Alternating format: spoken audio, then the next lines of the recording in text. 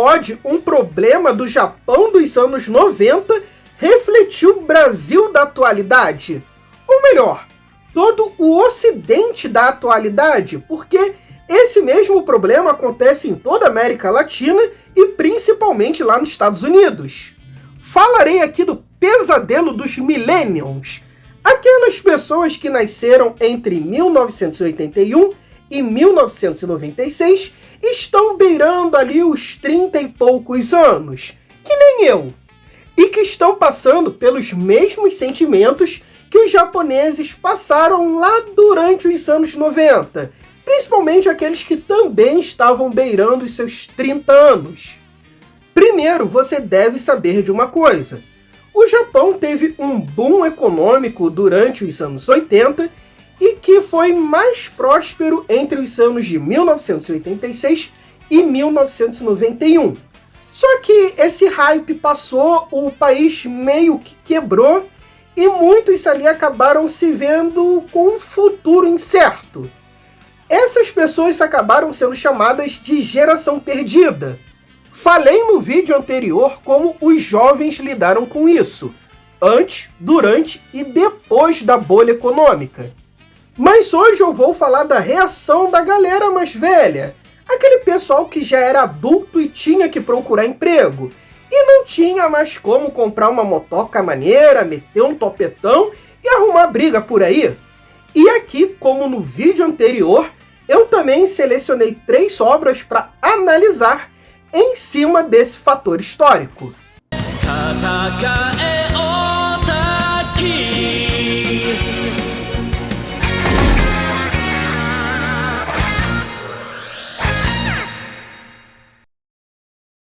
Mesmo que a bolha econômica tenha estourado somente em 1991, a parcela mais pobre da população já começava a sentir os efeitos já um pouco antes, ali por volta de 1989, porque já estavam sentindo o seu poder de compra diminuir.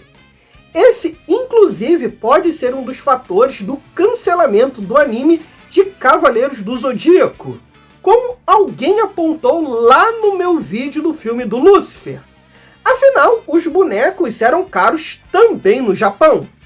Como esse sentimento já estava no ar, o estúdio Ghibli resolveu adaptar um mangá de 1982, chamado Omoide Poroporo, mas que é mais conhecido por aqui no ocidente como Only Yesterday ou Memórias de Ontem. No filme, acompanhamos Taeko, uma mulher de 27 anos que mora em Tóquio e que resolve visitar a família do seu cunhado lá no interior. E durante esse período de visita e de férias, ela acaba se lembrando de vários momentos de sua infância. Como a obra foi escrita em 1982, as memórias da Taeko criança são de 1966. E a gente acaba vendo ali um Japão mais verde, mais tranquilo, mais feliz e com uma comunidade mais acolhedora. Tóquio mal é mostrada, mas o que a gente consegue perceber através da protagonista é que Tóquio é o oposto do interior e o oposto do Japão atual. É um lugar em que ela é infeliz, não tem natureza e que todos são muito frios com ela.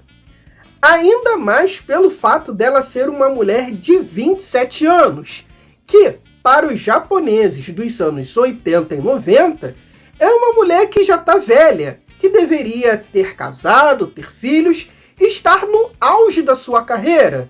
Só que Taeko nem namorado tem, está infeliz com seu trabalho e a sua única forma aparente de felicidade é se lembrar de histórias da sua infância.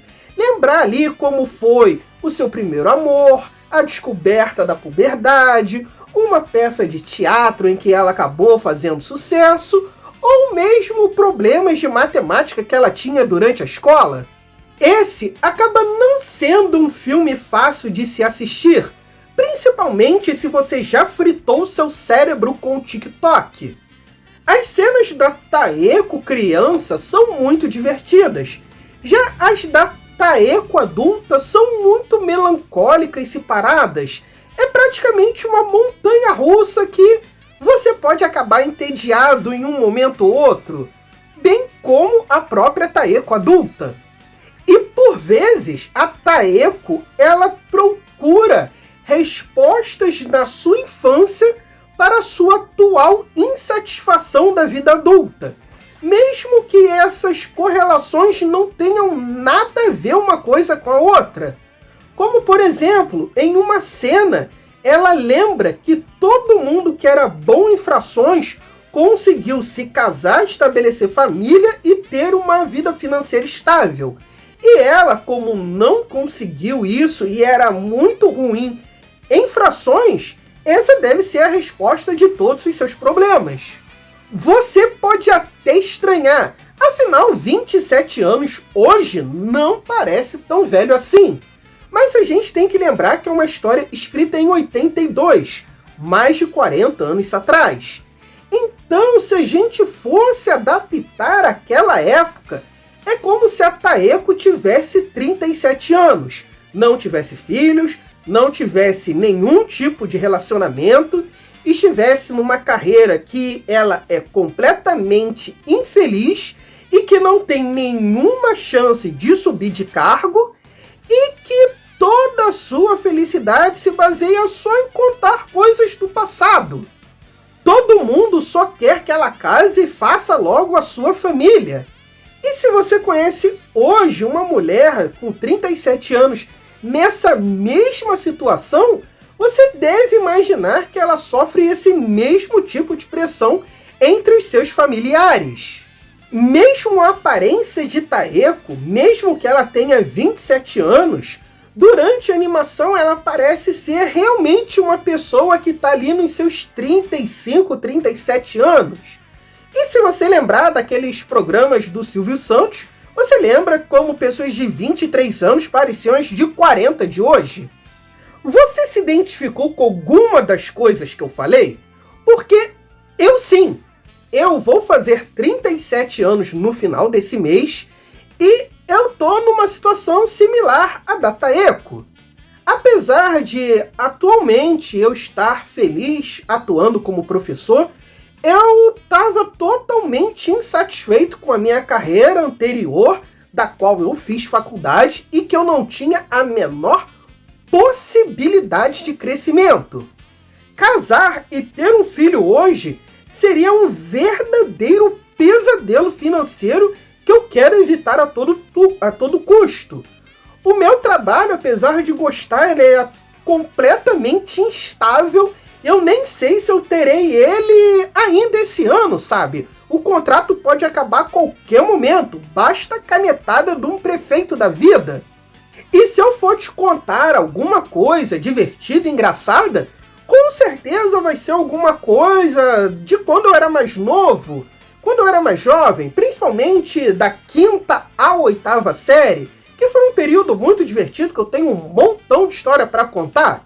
Agora, se você me pedir para contar algo da minha vida adulta, da minha vida atual, eu só tenho problema para contar, vai ser uma chatice e eu vou desabafar. Então é melhor eu contar as maluquices que tinha lá no meu colégio. Como o filme saiu em 1992, ele acabou pegando ali vários adultos que estavam no mesmo barco da Taeko. Afinal, o Japão tinha acabado de quebrar e não tinha muito a possibilidade de você conseguir chegar no auge de alguma carreira. Isso estava praticamente inviável para qualquer um que não fosse um herdeiro. Só que a conta ia chegar. Os seus pais japoneses iriam começar a te cobrar para você se casar, para você subir na vida, e não tinha como, porque o país estava quebrado. Não tem como você obter sucesso se você não tem algo que lhe dê um mínimo de apoio. Inclusive, a Taeko ouve isso da sua própria mãe. A mãe diz para a própria filha que ela não conquistou nada na vida, só porque a Taeko não era casada, com família formada, e no auge de uma carreira qualquer. 20th Century Boys é um mangá de Naoki Urasawa e que vai mais ou menos na mesma pegada. Lá a gente acompanha Kenji, um cara que cresceu durante o Japão dos anos 60 e no final dos anos 90 ele é dono de uma lojinha de conveniência enquanto que cuida da sua mãe doente e da sua sobrinha pequena. Kenji é outro trintão que fracassou na vida. Ele queria ser muitas coisas, principalmente músico, mas como ele tem várias responsabilidades familiares, ele se contentou em cuidar ali de uma empresa de baixa manutenção, enquanto se lembra feliz das suas memórias de moleque, principalmente as do ano de 1969, onde aconteceu a Expo 70, uma feira mundial e que prometia um futuro promissor para todo o planeta, principalmente um futuro tecnológico e promissor para o Japão. Esse futuro tecnológico e promissor conseguiu ser bem visualizado pelos japoneses durante os anos 80. Só que chegou os anos 90, esse sonho desmoronou e chegou uma crise financeira aí para todo mundo segurar essa pemba. O Kenji, ele é até conformado com essa situação, ele não esquenta tanto a cabeça com isso. Só que ele é um entre 1 milhão. Vários japoneses acabaram se agarrando numa espécie de messias, numa figura religiosa chamada amigo. E esse tal messias promete trazer esse futuro próspero para o Japão, aquele mesmo futuro próspero que foi prometido para as crianças dos anos 60 e 70, e que durante o final dos anos 90 são obviamente todos adultos. A seita de amigo é claramente baseada na seita Aum Shirikyo, ou Verdade Suprema, aquela mesma seita que ficou conhecida pelo mundo todo por conta do ataque de gás sarin ao metrô de Tóquio em 1995. Apesar do foco da primeira parte ser o Kenji, a gente vê que nenhum dos seus amigos prosperou como era imaginado pelos seus pais, e que vários adultos acabaram sim recorrendo a um tipo de religião. O Japão não é um país tão religioso quanto o nosso Evangelistão, aonde os jovens correm para as igrejas, decoram louvores para cantar por aí, juntamente com trapes lotados de sacanagem, enquanto experimentam baseado e as relações triviais da puberdade.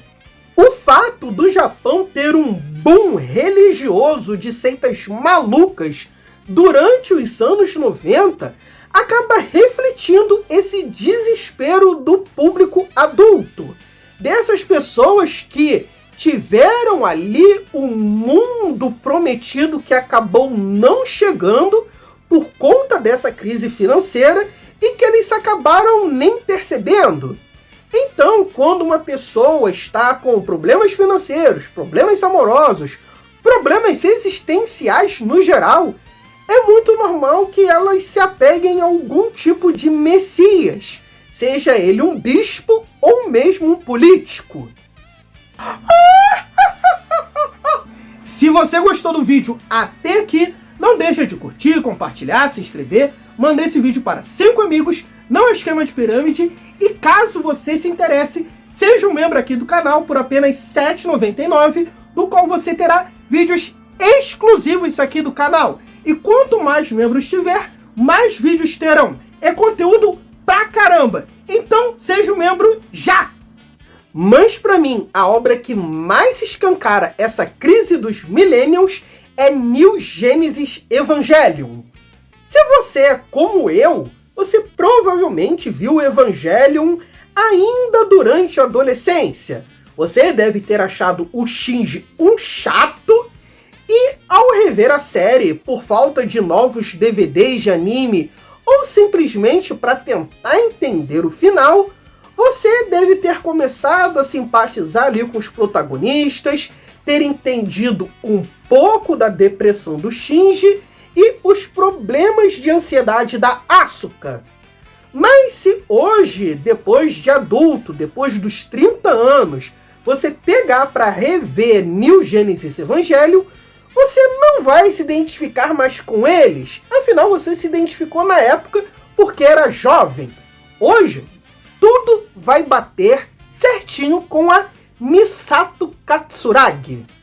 A Misato Katsuragi é a líder estratégica da NERV, a organização criada para salvar o mundo dos Angels. Ela começa como tenente-coronel e depois se torna major. Ela é a terceira em comando, estando abaixo apenas do Gendo Ikari e daquele velhinho que está sempre do lado dele. Ela é uma workaholic e ela é muito criativa e extrema em estratégias para combater os mais diversos tipos de Angel. Ela é uma figura essencial para a preservação da vida humana.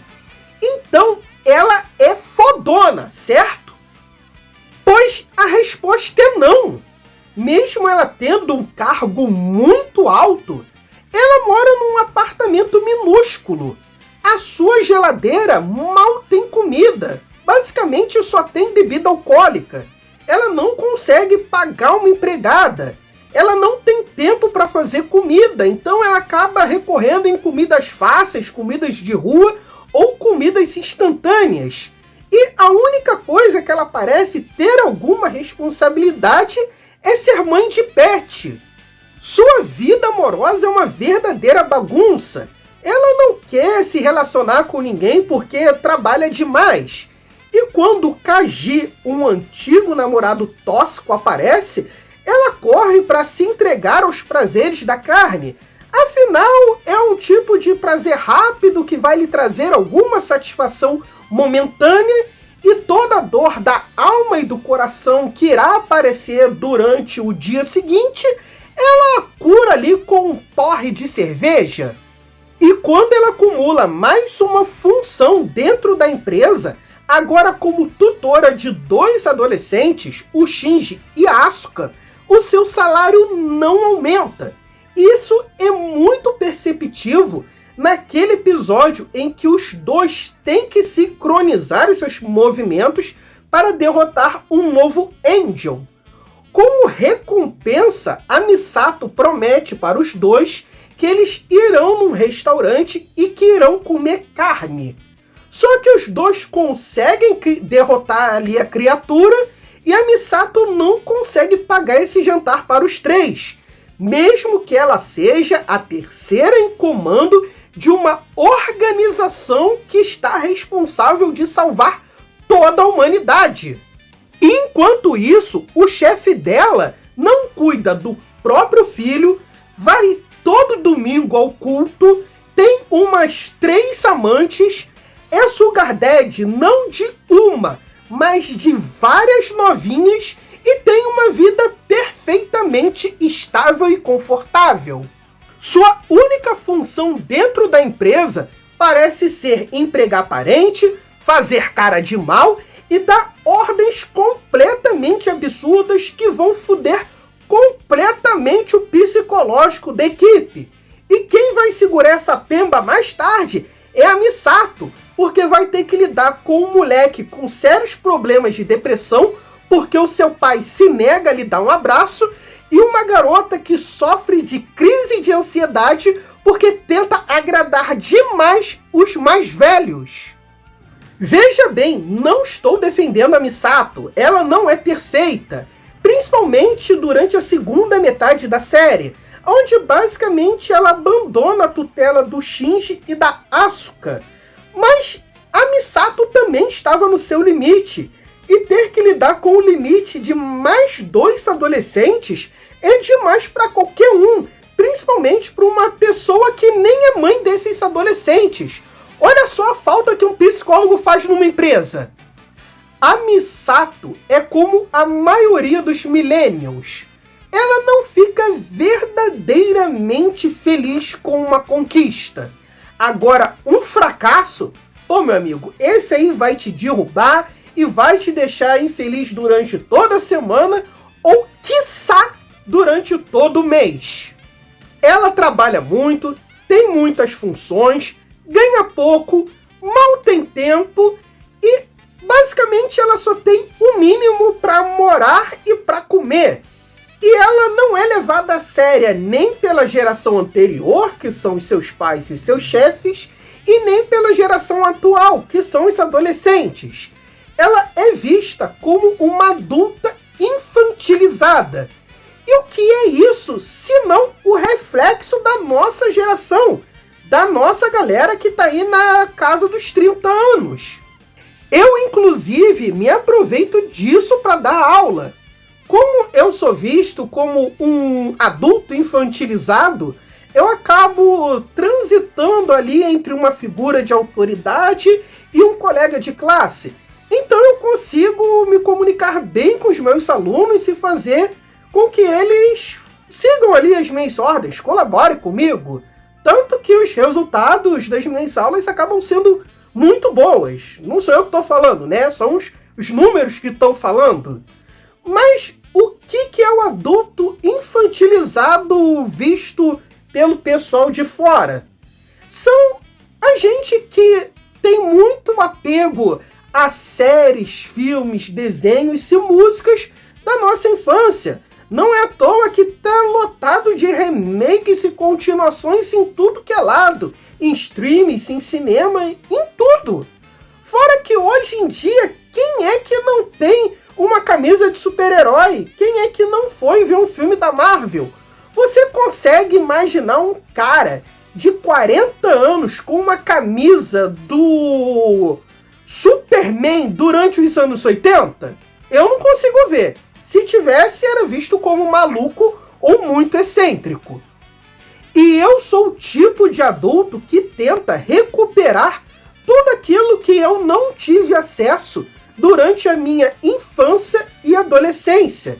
Eu já cansei de me ver comprando brinquedos, bonecos, videogames que eu queria muito na infância e não tinha poder econômico para isso.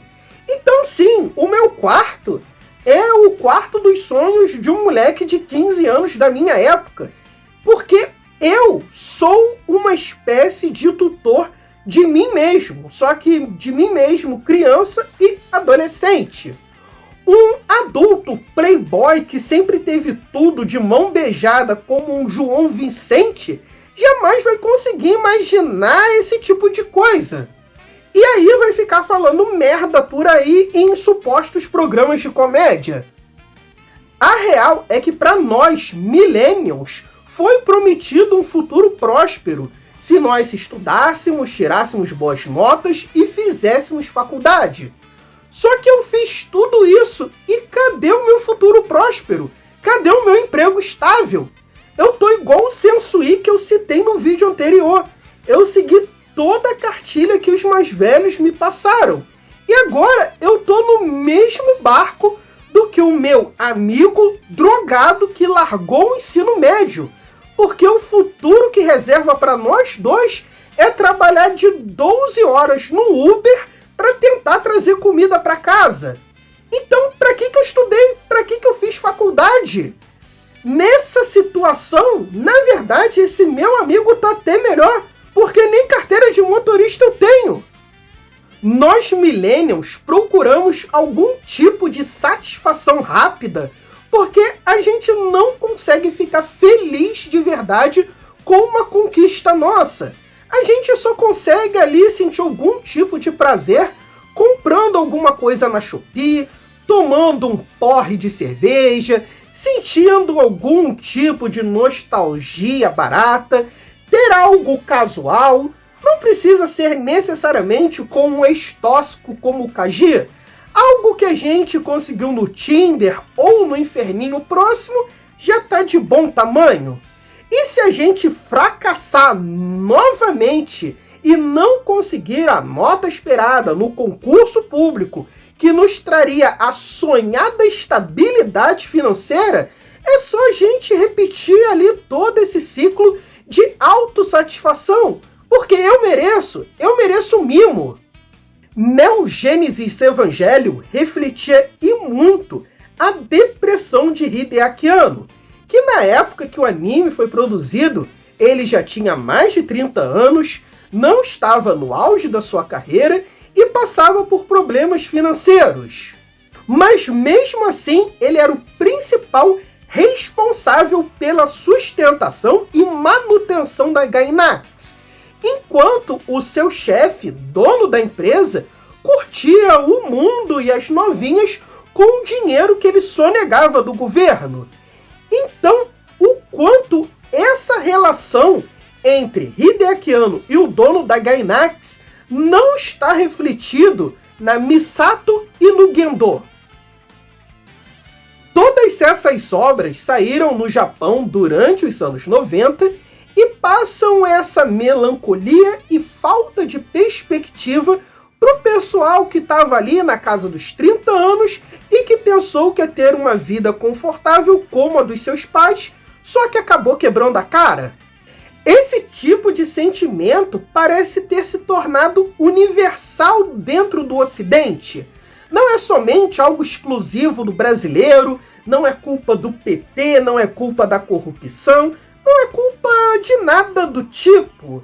A gente viu o mundo mudar, a gente viu a tecnologia evoluir e a gente ficou ali no meio termo. O mundo parece que não tem um lugar certo pra gente. A gente parece velho demais e com pouco tempo para estudar e mudar de carreira, e também parece novo demais para conseguir se aposentar e sonhar ter uma vida estável como a que os nossos pais tinham na nossa própria idade. Outras obras ocidentais também refletem esse sentimento. O Japão apenas se experimentou isso durante os anos 90, experimentou mais cedo do que a gente. Então, vários animes da época acabam refletindo isso. Não só Evangelion, mas também Cowboy Bebop e muitos outros animes da época. Com adultos cheios de trabalho, nenhuma estabilidade financeira ou amorosa, cidades sujas, crescimento da violência e aumento do consumo de álcool, cigarro e apostas. Pegue de exemplo uma obra ocidental longeva como Os Simpsons. Simpsons saiu em 1989 e lá o Homer consegue sustentar com apenas um trabalho, 3 filhos e uma esposa.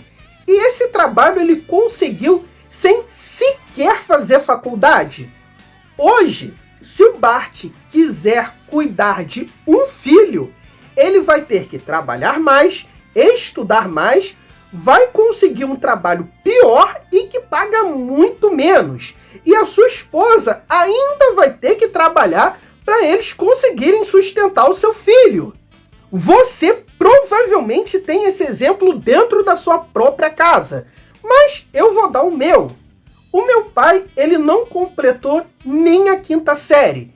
Ele trabalhava de motorista de ônibus e cuidou de 7 filhos. E a sua esposa nunca precisou trabalhar. Já eu fiz faculdade, trabalho como professor e não tenho a menor possibilidade de cuidar de uma criança. Isso seria um verdadeiro pesadelo financeiro. A única coisa que eu consigo ser pai é de pet, porque bebê reborn tá muito caro. E se você, assim como eu, tinha medo desse filme de terror com esse título mega assustador, não deixe de curtir, compartilhar, se inscrever, mandar esse vídeo para 5 amigos, não esquema de pirâmide, é marketing multinível. E se é a sua primeira vez nesse canal, não deixe de conferir os vídeos anteriores, principalmente da playlist Batendo no Japão, aonde eu trago uma visão mais sociológica histórica usando animes e tokusatsu de exemplo. É isso aí, falou!